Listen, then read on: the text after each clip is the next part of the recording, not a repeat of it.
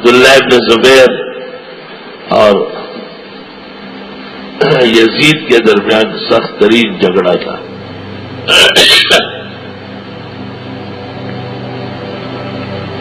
اللہ،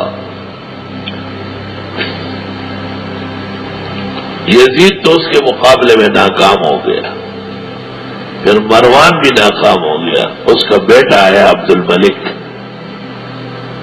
وہ بادشاہ بنا مروانی، لیکن یہ جلدی ہوا ہے.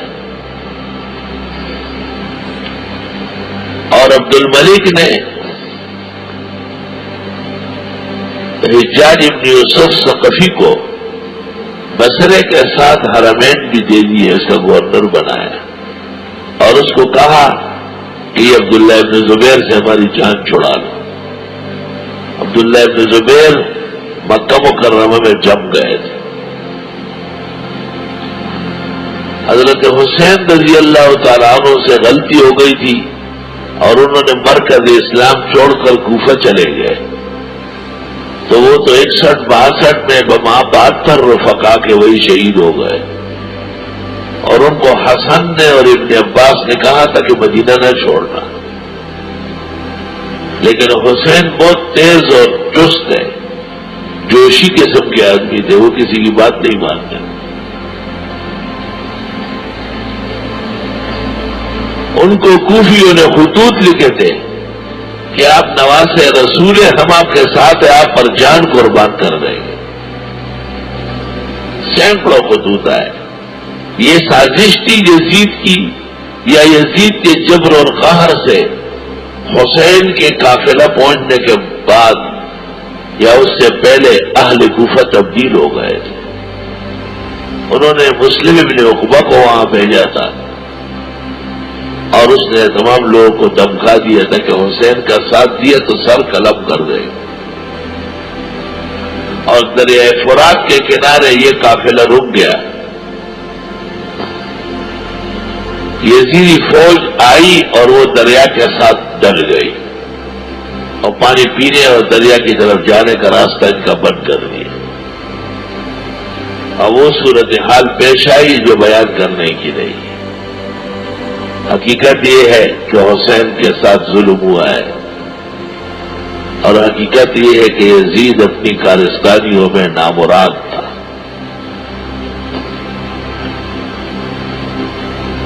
لیکن حضرت حسین مجتبی ان کو تو یہ کہا گیا تھا کہ مت جاؤ، چو قضا آیت طبیب ابلا شود اور روغن بادام و خشکی بھی کنت.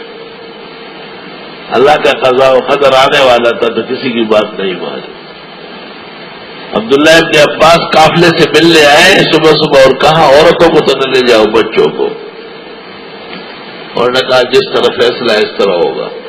آپ نے کہا مجھے نظر آ رہا ہے کہ آپ تن و تنہا ہو جائیں گے اور یہ عورتیں اور بچیاں ان کے سروں پر دوپٹے نہیں ہوں گے اور یہ ننگے سر کوفے کی گلیوں میں دوڑ رہی ہوگی. وہ اسی طرح ہی ہوا.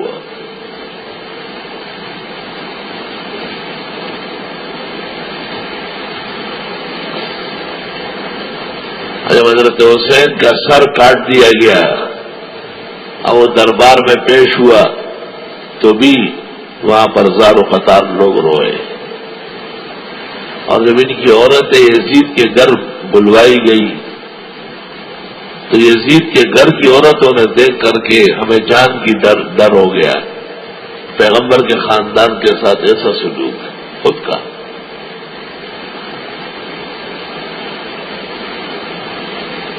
ان میں ایک ہے حسین رضی اللہ تعالیٰ عنہ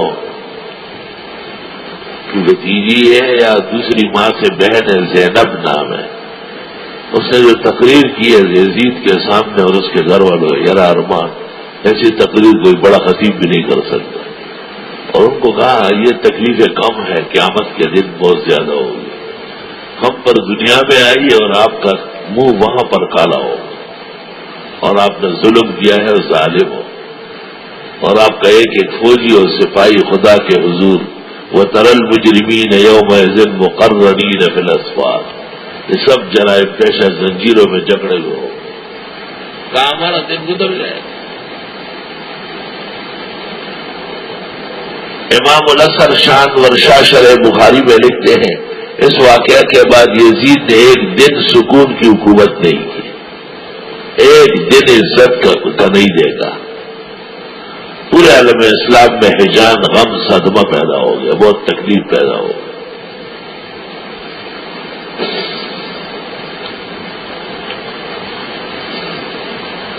تو عبداللہ ابن زبیر مکہ میں رہے، یزیدی افواج ان کے مقابلے میں ناکام ہوئی، پھر مروان آیا، ناکام ہوا، پھر اس کا بیٹا آیا عبد الملک، وہ بہت مدبر تھا، اس نے حجاج ثقفی کو مکہ مدینہ دے دیے، اور اس نے حضرت عبداللہ ابن زبیر پر حرم شریف میں منجنیق چلائے اور وہاں شہید کیا ہے۔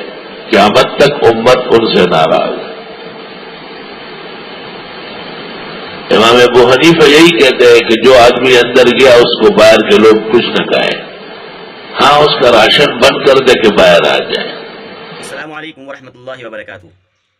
محترم ناظرین کرام، مفتی ظفر علی خان صاحب کی ویڈیو دیکھنے کے لیے اور سننے کے لیے، ان کے بیانات کو سننے کے لیے ہمارے چینل کو سبسکرائب ضرور کر لیں۔